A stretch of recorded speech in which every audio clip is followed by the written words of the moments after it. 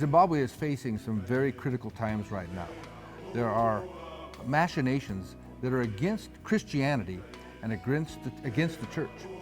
And we need to understand that in a time of crisis like this, when the enemy comes in like a flood, God always raises up a standard. Yeah.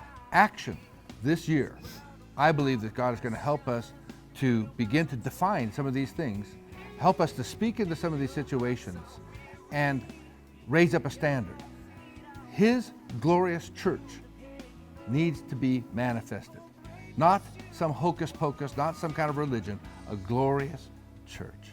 And you've always said that it's not just about one generation, but what are we living for? And so as we come together at Action, there's going to be multi-generations, people from all different walks of life. And I believe that we're not only going to see His glorious church rise up, but we're going to see people set free from things that they've been dealing with in the past and get into a new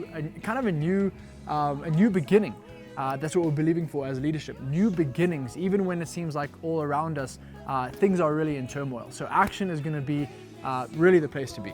And young people, you need to come, and we need to get the young people fired up. The bottom line is that we have a generation that, even in our government, that is empowered, that is not thinking about another generation. Yeah. We're trying to only solve problems today, but we're not thinking about the knock-on effect of a year from now, 5 years from now.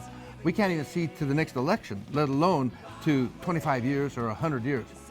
God always thinks in terms of next generation and generations. So we will be speaking and addressing those issues. And if you're a young person and you're saying, what does this nation hold for me? Why am I even here? What is the end game? You're the person that needs to get here, because we're going to be talking about vision. We're going to be talking about what God is saying, not what the world is saying. And you're going to get a hope revived in you and a fire found in you that you really need in this next season of your life. And so I want to encourage all the young people to make sure that you're here to find out more about the truth and to really just immerse yourself in God's presence. By the power of the cross.